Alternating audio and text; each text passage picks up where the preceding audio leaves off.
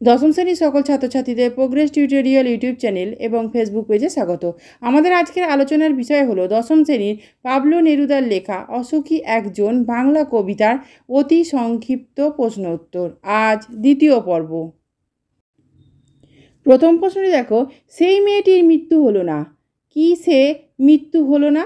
উত্তর, স্পেনের গৃহযুদ্ধে মেয়েটির মৃত্যু হলো না। পরের প্রশ্নটি দেখো, সেই মেয়েটির মৃত্যু হলো না, মেয়েটি কে?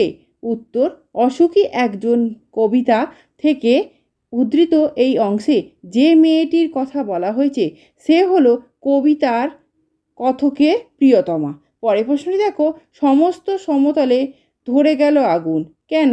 উত্তর, রক্তের আগ্নেয় পাহাড়ের মতো নেমে আসা ভয়াবহ যুদ্ধের তাণ্ডবে সমস্ত সমতলে আগুন ধরে গিয়েছিল।